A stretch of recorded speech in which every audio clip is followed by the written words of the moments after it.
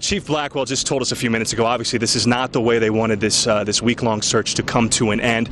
Brogan Dulle's parents have been notified that they believe they found his body in a house literally feet away from his apartment building right down the street from UC. We can show you again the scene here because really this is the whole story right here. So close to where Brogan Dulle was last seen the morning of May 18th. That was a Sunday morning where he was believed to have gone out looking for his cell phone.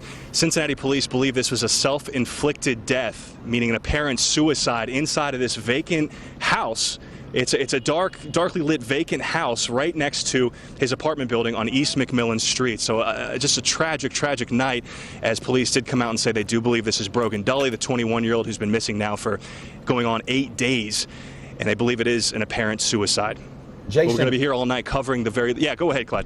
Just a quick question. As you know, there were a lot of people involved in the search for Brogan Dulle and trying to help bring him home safely and preferably alive. What was the reaction when they heard the words from the chief, we believe so, to the question, was that Brogan Dulle in that room?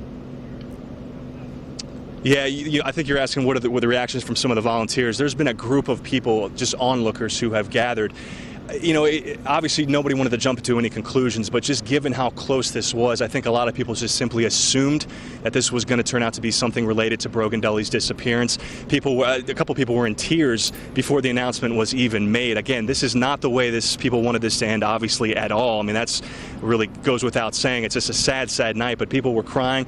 People obviously saying, did they find Brogan? Did they find Brogan? And until a few minutes ago, we didn't know for sure, but Chief Blackwell, yeah, he confirmed it, thinks that the body is 21-year-old Brogan Dulle.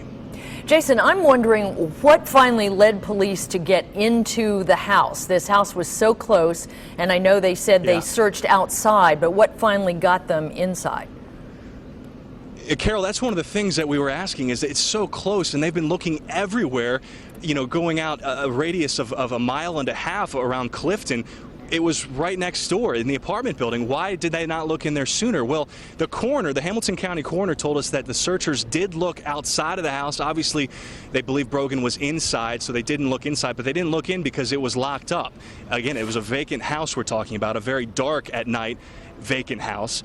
And what prompted them to come, the person who called police, according to the chief, was the actual owner of the home, who is in the process of renovating the building. The owner of the home went in, and either he or somebody else with their renovation crew made the discovery tonight. They called police. But again, it is sad that it was so close, again, to where Brogan Dulle was believed to have been May 18th, that Sunday morning when he went out looking for his phone.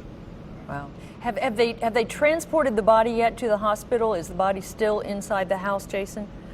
We believe it's still inside. We were the first crew here on the scene. We got here just a few minutes, after 10 o'clock. We have not seen anything come out. The Hamilton County coroner, actually, we beat the coroner. The coroner got here about 10:25, 10:30. We have not seen a body come out of the building, and we also have not seen family members or friends from Brogan Dulle's family, but we were told they were notified, but we have not yet seen them out here on the scene. That doesn't mean they're not here. It just means from across the street in our vantage point, we haven't seen Brogan's family or his body come out of the building.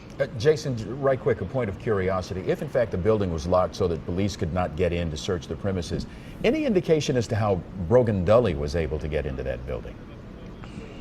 No idea. Again, I talked to some college kids who lived next door, and they told me that it was a known vacant home. You know, we don't know if there were squatters who would occasionally go in through, broken windows or broken doors. And frankly, Clyde, it's just too dark over there from our vantage point to even really make out much of what the house looks like. I can't tell it is a house. It's not an apartment building. It's not a business.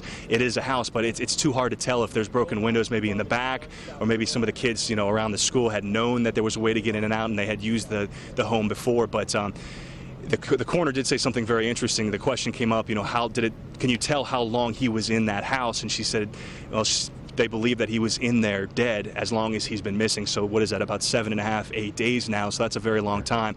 Again, but to answer your question, no, it's not clear at this point, and that didn't come up in the press conference, how he was able to get in the home. All right, Jason Law, along with Amy Wattis, first crews on the scene covering the story tonight. For those of you just joining us, word from the Cincinnati police that they found a body in a house right next to where Brogan Dulle lived, and they believe that body to be Brogan Dulle's, and to all outward appearances, the cause of death appears to be, in the words of Cincinnati Police Chief Jeffrey Blackwell, self-inflicted. So it appears to be a sad end to a more than week-long search for a 21-year-old missing student.